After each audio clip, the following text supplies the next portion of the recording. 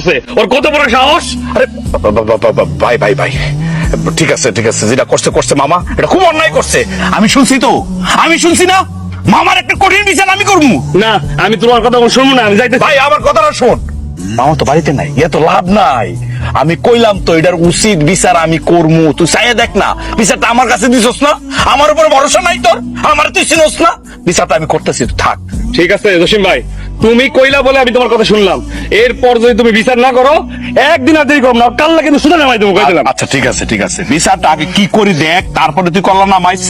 যা তুই বাড়িতে যা, বিচারটা আমি করতেছি, নিজের হাতে করতেছি, যা। ঠিক আছে, যাইতেছি। শালার পুত, কত বড় সাহস! মামা টাকলার বাচ্চা, না ঠিক করতে পারলাম না, আচ্ছা দেখাইতেছি।